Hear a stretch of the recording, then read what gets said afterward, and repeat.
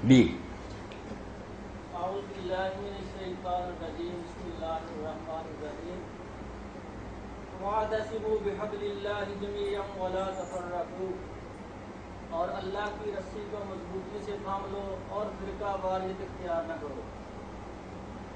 جب ہم اپنے دوستوں کو یہ بتاتے ہیں کہ اللہ تعالیٰ قرآن میں فرماتا ہے کہ فرقہ واریت اختیار نہ کرو، تو ہمارے کچھ دینی بھائی یہ فرماتے ہیں کہ اللہ کے رسول صلی اللہ علیہ وسلم نے فرمایا کہ میری امت کے 73 فرقے ہوں گے، اور پھر ہمارے دینی بھائی یہ فرماتے ہیں کہ علماء کا باہمی اختلاف امت کے لیے رحمت ہے۔ ہم انہیں عرض کرتے ہیں کہ وَاعْتَصِمُوا بِحَبْلِ اللَّهِ جَمِيعًا وَلَا تَفَرَّقُوا، فرقہ واریت اختیار نہ کرو، کیونکہ قرآن کے خلاف احادیث مبارکہ نہیں ہے۔ اگر کوئی حدیث قرآن مجید کا اختلاف کرتی ہے تو پھر وہ ٹھیک نہیں ہے، کیونکہ جو اللہ نے بات فرمائی ہے نبی اکرم صلی اللہ علیہ وسلم کی بات اسی کے مطابق ہونی چاہیے۔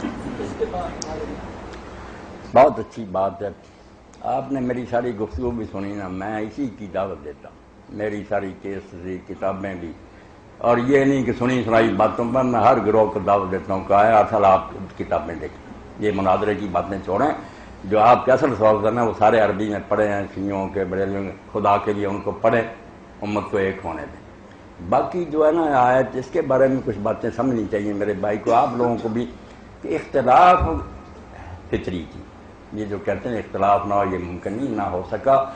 آپ ہر فن میں دیکھتے ہیں، ہر شعبے میں دیکھتے ہیں، وہ طب کا ہو، فزکس کا ہو، کیمسٹری کا ہو، ریاضی کا ہو، تھیوری میں اختلاف روکا نہیں جا سکتا۔ اللہ تعالیٰ نے ذہنی سطح مختلف رکھی ہے، سوچ میں فرق ہے، اس کو روکنا ظلم کرنے والی۔ گل ہائے رنگ رنگ سے اے دین سے چمن، اے ذوق اس جہاں کو اے زیب اختلاف۔ لوگوں نے جب اس کو مخالفت کا سبب بنا لیا نا، جھگڑے اور لڑائیاں اور ایک دوسرے سے نماز نہیں پڑھتے، یہ بری بات ہے، یہ نہیں ہونا چاہیے، نزاع کا سبب نہیں بننا چاہیے۔ اختلاف علمی، ایک شخص کہتا ہے اس آیت کا مفہوم میری سمجھ میں یہ آتا، عربی زبان کے بعد بنتا وہ معنی، وہ اپنے دلائل دے، دوسرا کہہ نہیں میں اس عبارت کا یہ معنی سمجھتا ہوں۔ آپ پڑھے لکھے لوگ ہیں، ایک شاعر گزرے غنی پنجاہی، انہوں نے مثنوی لکھی فارسی زبان میں، ان کے دور میں پھیل گئی، لوگ مدرسوں میں پڑھانے لگے۔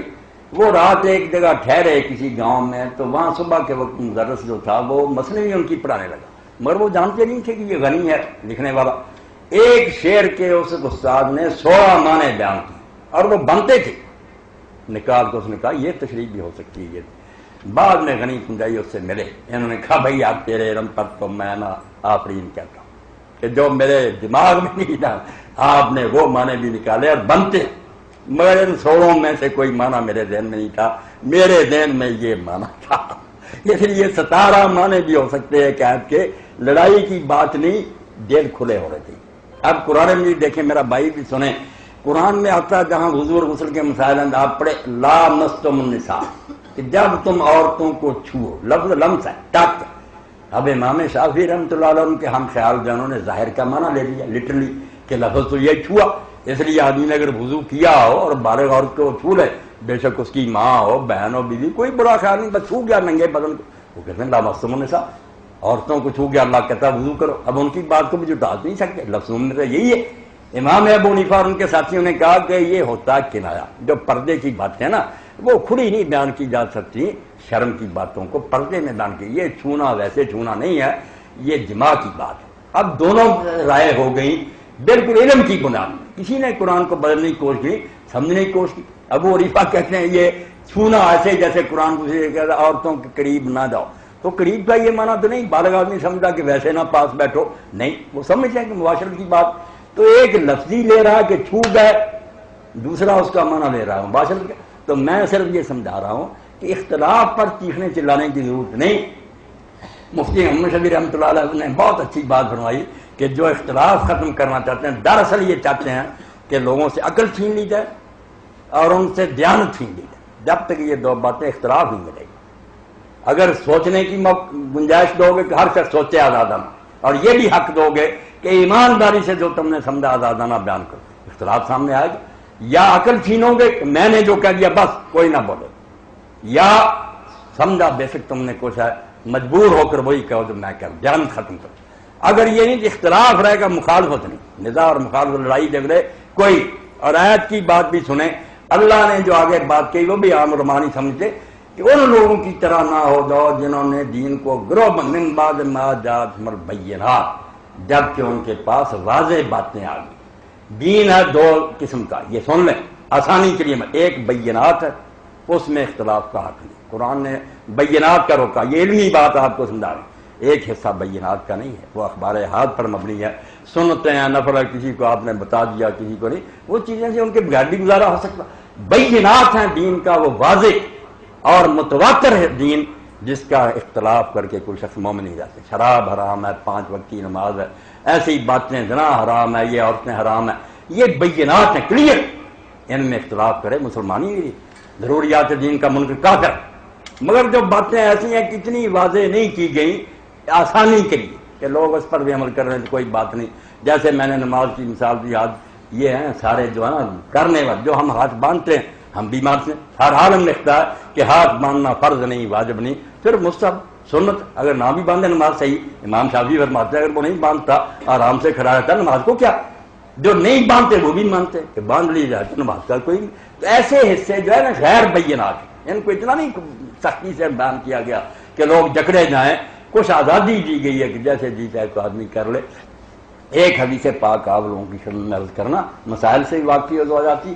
ایک شخص نے ام المومن سیدہ عائشہ صدیقہ رضی اللہ عنہا سے پوچھا کہ رسول کریم علیہ السلام کا غسل جنابت کا کیا طریقہ تھا؟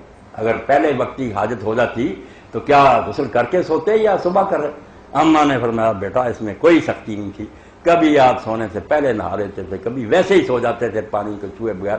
اس شخص نے کہا اللہ اکبر الحمدللہ الذی جعل فی الدین امر سہلا، شکر ہے اللہ کا جس نے دین میں آسانی رکھی۔ پھر اس نے پوچھا حضور وتر کیسے پڑھتے؟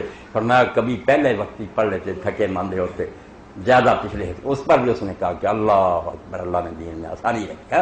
فرمایا پھر جب نماز پڑھتے تہجد اونچی آواز سے، انہوں نے کہا اگر کوئی نہیں پاس ہوتا تھا سویا ہوا جو بستر بناؤ تو ذرا بلند آواز سے پڑھتے تھے، ورنہ تینوں سوالوں پر وہ کہتا رہا شکر ہے اللہ کا جس نے دین میں آسانی رکھی۔ تو دین کو آسان رکھنے کے لیے ایک حصہ ایسا چھوڑ دیا گیا، یہ ہماری بدبختی ہے کہ ہم نے اس کو جنگ کا میدان بنا دے۔ وہ آسانی تھی کہ یوں کر لو یا یوں کر لو، کوئی بات نہیں، اس میں اختلاف ہے اماموں کا، کوئی بڑی بات نہیں۔ آپ جتنے مسائل پوچھیں خوش ہو جائیں گے کہ مولانا آپ نے تو مزے کی زندگی بتا دی کہ اس طرح بھی کر لو اس طرح۔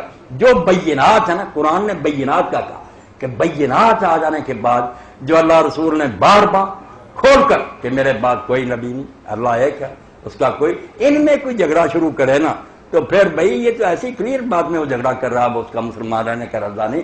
جیسے کئی نامراد کہتے ہیں شراب حرام نہیں، نشہ حرام ہے، یہ جاوید اقبال ہی بکتا رہتا ہے، بالکل غلط بات ہے۔ آپ پیتے تو پیتے رہے، حرام پوری امت جانتی، یہ کوئی ایسا مسئلہ نہیں نزائی بینات میں سے کہ آپ نے فرمایا کل مسکرن حرام، ہر نشہ آور چیز حرام ہے۔ اب ایسی باتوں میں اختلاف کرے گا پھر بھائی والی بات کہ دین کو خراب کر، اگر وہ خود اللہ رسول نے آسانی کے لیے چھوڑ دی ہے کہ اس بارے میں تشدد نہ کیا جائے، لوگوں کو آزادی دیجیے۔ اب کئی مولوی حضرات مجھ سے جھگڑ پڑتے کہ آپ کہتے کھڑے ہو کر پانی پی لو، میں کہتا ہوں صحیح بخاری نکال، یار تم نے کیوں وہ مسئلے بنا لیے جو دین نہیں ہے؟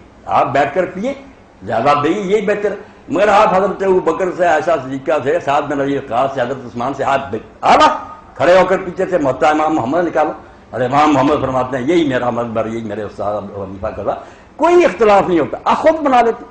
افراد تفریح ہر طرف ہے کہ مسئلے کا پتہ ہی نہیں اور دین بیان کرنا شروع کر دے۔ حضور نے منع کیا کھڑے ہو کر پانی سے، بھائی یہ منع کیسا نہیں، تنزیہی ہے کہ بہتر یہ ہے کہ بیٹھ کر پڑھو پیو، ورنہ کھڑے ہو کر آپ نے پیا۔ امام بخاری باب شرب قائم کہتے ہیں کہ حضرت علی رضی اللہ عنہ مسجد میں پانی ہوا اور کھڑے ہو کر پی کر کہا کہ میں نے سنا ہے کہ لوگ کھڑے ہو کر پانی پینے کو بڑا جانتے ہیں، اس لیے میں نے کھڑے ہو کر پیا کہ انہیں پتہ چل جائے کہ میں نے کئی بار حضور کو کھڑے ہو کر پیچھے دیکھا۔ تو پہلے ایسی باتوں کو پتہ کرو کہ بینات کیا ہے، واضح، ان میں نہ اختلاف کرتا تو اس کو سمجھاؤ بھائی دین کو خراب نہ کر۔ جو غیر بینات ہیں خود اللہ رسول نے ان میں آزاد چھوڑ دیا، ان میں سختیاں نہ شروع کر۔ تو فرقے کی بات آپ نے کہی، اللہ کے رسول کی طرف سے پہلے تو یہی یقینی نہیں کہ آپ نے فرمایا 72 فرقے بنائے، اس لیے امام بخاری مسلم نے ان کو نہیں لیا کیونکہ ان کی سندیں اتنی مضبوط نہیں تھی، امام ترمذی وغیرہ لیا، ساری سندیں مدروع ہیں، اسی لیے امام بن حزم فرماتے ہیں کہ ایک بھی ان میں سچی، ایک روایت بھی نہیں ٹھیک نکلی، مگر چونکہ کئی ساری ہیں ملا کر ہم سمجھ لیتے ہیں کہ آپ نے پیش گوئی پکی نہیں۔ مگر اس میں اجازت نہیں دی بھائی کا جو اعتراض نا قرآن کہتا فرقے نہ بنو، حضور نے کہا بنو کہاں کا؟ ہماری بدبختی کی کہ بن جائیں، جیسے حضور نے فرمایا کہ اس امت میں بھی ایسا حرامی پیدا ہوگا جیسے اسرائیلیوں میں سے کسی نے اگر ماں سے زنا کیا، اس میں بھی حرامزادے پیدا ہو جائیں گے ماں سے زنا کریں۔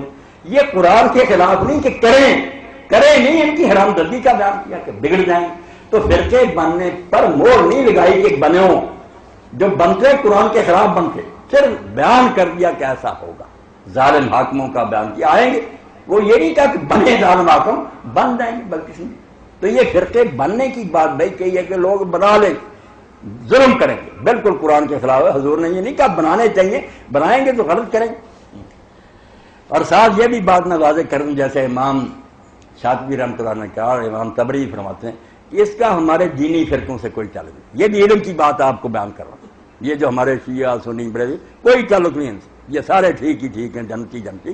یہ سیاسی فرقے جیسے نا کہ ٹانگے کی پارٹیاں کہ 73 بن گئی، 10 آدمی یہ ایک جماعت بنائے پھرتا، حضور نے ان کا کہا۔ اسی لیے بعد میں فرمایا جو صحیح حدیث ہے کہ الجماعت، جو کثرت جہاں ہوگی، کیونکہ جمہوری نظام تھا، فرمایا جدھر زیادہ جماعت ہوگی وہ جنتی ہے، جو شرارتی پارٹیاں ہوں گی وہ سب دوزخ۔ یہ بحث پوری آپ کو علیہ السلام شادی میں پڑھنی چاہیے کہ یہ دینی فرقے کوئی نہیں، یہ عالموں کا اختلاف ہے۔ دنیا کے لالچ پر حکومت کے لیے اتنے بگڑ گئے، 10,000 آدمی ہو گئے۔ ان گروہوں کا کہا کہ 72 سے بھی زیادہ گروہ ان میں بن گئے، پاکستان میں تو بن گئے، لوگوں نے دیکھا کہ پارٹیاں چھوٹی چھوٹی بنی ہوئی ہیں۔ تو سیاسی گروہوں کی بات ہے کہ یہ جو ہے سب دوشی، شرارتی، فسادی، الجماعت، جو جمہور ہوں گے، جو امت میں سے چنیں گے نئے خلیفے کو، وہ حق پر ہو۔